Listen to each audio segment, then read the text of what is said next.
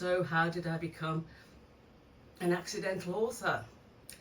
So the accident happened after I discovered this framework, and I said to myself, this is great. We can use this in service management to embed the change that service management brings, to embed the processes, to make it part of the organisational DNA. And I got excited because service management, IT service management, we like frameworks. IT people like structure and frameworks. So this framework, or the review that led to the framework, the research, was commissioned by the Network of Business Sustainability.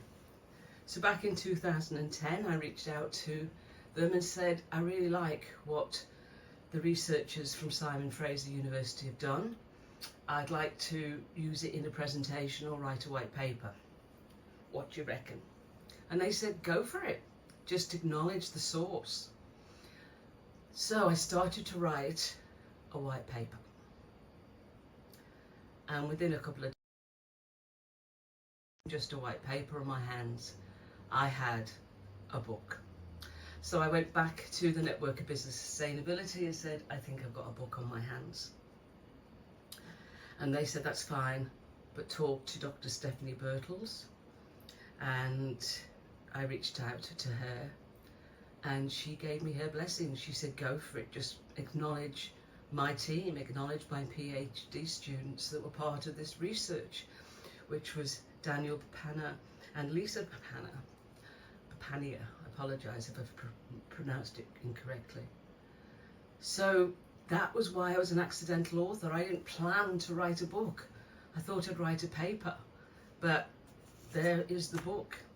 So this was the first book, Balanced Diversity, a Portfolio Approach to Organisational Change, and supported by ITSMF Publishing back then, written for the service management industry.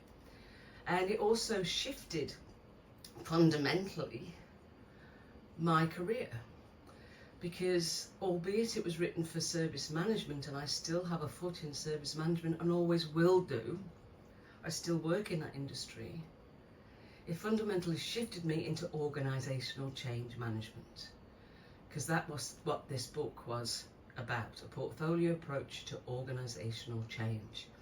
And people started asking me, well, are you certified in organisational change management? What qualifies you? Well, I wasn't certified, but I realised when writing this book that I had always been doing organisational change all my career. I just hadn't called it that. I was always looking at how to transition people through change. And I did go and get myself certified in ProSci, which at the time, if not still, is one of the leading certifications in organisational change. And people started to knock at the door and say, come and help us embed this change into an organisation, and let's use this framework to do that. So tomorrow I'll talk to you about the approach.